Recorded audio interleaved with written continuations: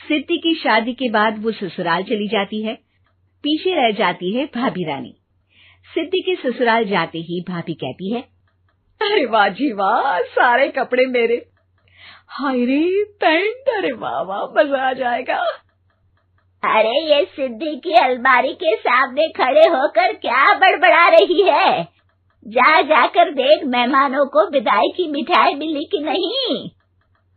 अब हाँ माँ जी, क्यों नहीं, लेकिन पहले कपड़े तो बदल लूं। अब रानी आ जाती है सिद्धि के उन कपड़ों में जो वो ससुराल जाने से पहले घर छोड़ जाती है। अरे रानी, कुछ दिन रुक जाती। अरे ये तो सिद्धि बिटिया को मैंने ही दिया था, बड़ा ही फबता था उस पर, तुझ पर तो कुछ खास नहीं लग रहा। अब वो ना मेरे सारे कपड़े गीले थे तो सोचा पहन लूं। वैसे भी सिद्धि को कौन सा दिन पुराने आउटडेटेड कपड़ों को पहनना है। वैसे भी ये सूट तो मैंने तभी पहना था, वैसे खास है भी नहीं ये। हाँ ठीक है, लेकिन ना मेरी सिद्धि पर तो जमता था। सारे मेहमान चले जाते हैं और सिद्धि ससुराल से मायके पहली बार आती है। अपना घर, अपना कमरा, अपनी अलमारी। ये बोलकर जैसे ही सिद्धि अलमारी खोलती है तो सामने उसके कपड़ों की जगह कुछ और ही रखा होता है। माँ, ओ माँ, जरा कमरे में तो आना। सास और रानी वहां पहुंच जाते हैं। रानी ने पहनी होती है सिद्धि की जींस और टी शर्ट। अरे भाभी, ये क्या? ये तो मेरी बड़ी ही महंगी टी शर्ट है, इसे आपने घर में क्यों पहनी है? अरे बहुत मिलती है दीदी ये चौक की मार्केट में, 150 में। ओ भाभी प्लीज, ये एरोपोस्टल है, 2000 की एक टी शर्ट। ओहो, 2000 में तो दीदी 4 साड़ी आ जाए। अब क्या बोलूं? भाभी, ये मेरी अलमारी में छोटू के कपड़े, तो मेरे कपड़े कहाँ हैं? मेरी अलमारी में? अब दीदी आपको कौन से पुराने कपड़े पहनने थे? माना भाभी, लेकिन मैं जब घर आती तो यही सब पहनती ना।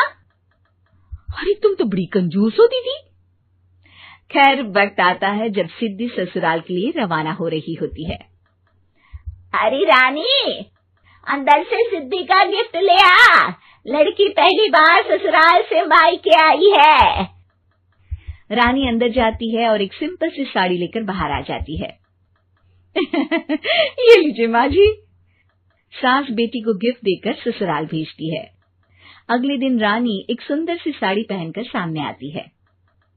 अरे रानी, ये तो वो साड़ी है जो मैंने सिद्धि को देने के लिए दी थी जब वो ससुराल ले जाती, लेकिन ये तूने कैसे पहन ली? अरे माँ जी, ये साड़ी तो मुझे बहुत पहले से ही पसंद थी, लेकिन चिंता ना करिए, मैंने सिद्धि के लिए भी अच्छी सी साड़ी दी है। हाँ। तभी सिद्धि का फोन आता है। क्या माँ, कुछ अच्छा तो दिया होता ससुराल ले जाने के लिए। अरे पहले दिखा दिया होता। यूं चमकते हुए पैकेट में नौकरानी वाली साड़ी मत दिया करो माँ। अरे बेटे, वो तेरी भाभी ने ना गलती से उससे पैकेट बदल गया। हाँ, मैं कल ही तेरे भाई के हाथ से तेरा वाला पैकेट भेज दूंगी। अरे रहने दो माँ, आई एम श्योर भाभी ने अभी वही साड़ी पहनी होगी जो तुमने मेरे लिए रखी थी। तुम तो समझ नहीं पाई उनको।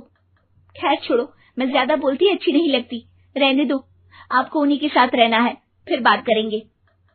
सास को रानी पर गुस्सा आ जाता है। वो उसके कमरे में जाती है जहाँ वो शादी का एल्बम देख रही होती है। रानी, मार्केट जाकर एक ऐसी ही साड़ी लेकर आ, कल प्रतीक जाकर सिद्धि के घर दे आएगा। अरे क्यों माँ जी, कितनी साड़ी देनी है दीदी को? यहाँ कोई सेल लगी है क्या? अरे चुप कर, मेरे बेटी के हिस्से की साड़ी खुद पहन ली, अब ज्यादा ज्ञान बांट रही है। एक दिन सिद्धि का फोन आता है। माँ, मेरी सास ने आप सबको खाने पर बुलाया है। सारे लोग सिद्धि के ससुराल पहुँचते हैं। खाना खाकर वो लोग निकल रहे होते हैं कि सिद्धि की सास सभी को गिफ्ट देती है। अरे बहन जी, बेटी के घर का खाना खा लिया, यही बहुत है जो आप ऊपर से गिफ्ट भी दे रही है। अरे बहन जी, आप भी कहाँ इन बातों पर विश्वास कर रही हैं। सास सभी को गिफ्ट देती है, लेकिन रानी को जो साड़ी देती है वो अजीब सी हरे रंग की लाल रंग के बड़ी छाप वाली होती है। अरे छी छी, ये कौन पहनेगा? सासू माँ को तो जरी वाली इतनी सुंदर और मेरे लिए ये नौकरानी वाली। अरे भाभी, दरअसल मैं जब भी घर आती थी आप वापसी में ऐसी ही साड़ी देती थी ना, तो माँ ने सोचा कि आपको आपकी पसंद की ही साड़ी क्यों ना दी जाए। बेचारी रानी, बोलती भी तो क्या। सिद्धि और सास रानी का चेहरा देखकर हंसने लगती है, तो रानी समझ जाती है कि अपने ही बिछाए जाल में वो फंस चुकी है।